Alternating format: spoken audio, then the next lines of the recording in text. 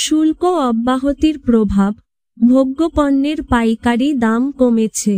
দেশের অন্যতম বৃহৎ পাইকারি কেন্দ্র চট্টগ্রামের খাতুনগঞ্জ পাইকারি বাজারে বেশিরভাগ নিত্যপ্রয়োজনীয় পণ্যের পাইকারি দাম কমতে শুরু করেছে।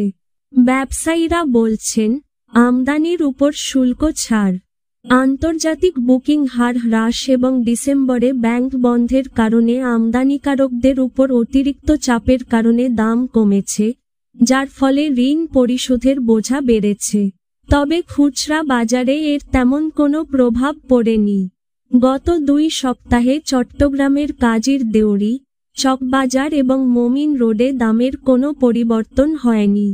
গতকাল খাতুনগঞ্জ বাজার পরিদর্শনকালে দেখা গেছে, গত 2 সপ্তাহে ভোজ্য তেলের দাম প্রতি মণ 450-550 টাকা, চিনি 200 টাকা, ডালের দাম 150-300 টাকা, গমের দাম 100 টাকা এবং এলাচের দাম 300 টাকা কমেছে। বাজারে পাইকারি দাম ছিল 40.90 লিটার মণ সয়াবিন তেলের 6350 টাকা, পাম তেলের 5950 টাকা এবং পাম সুপারের 6000 টাকা।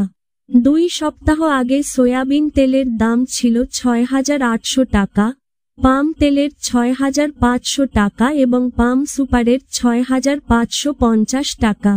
চিনির দাম 37.32 কেজি প্রতি মণ 4500 টাকা থেকে কমে 4300 টাকায় দাঁড়িয়েছে, যার ফলে 2 সপ্তাহের মধ্যে প্রতি কেজিতে 5 টাকা কমেছে। একইভাবে 2 সপ্তাহ আগে প্রতি মণ 4400 টাকায় বিক্রি হওয়া ছোলার দাম 4 টাকা কমে 4250 টাকায় দাঁড়িয়েছে।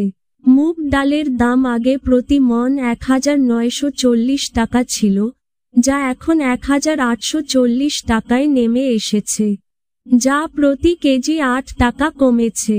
আমদানি করা মসুর ডালের দামও প্রতি কেজি 5 টাকা কমেছে, যা প্রতি মণ 3740 টাকা থেকে 3540 টাকায় দাঁড়িয়েছে।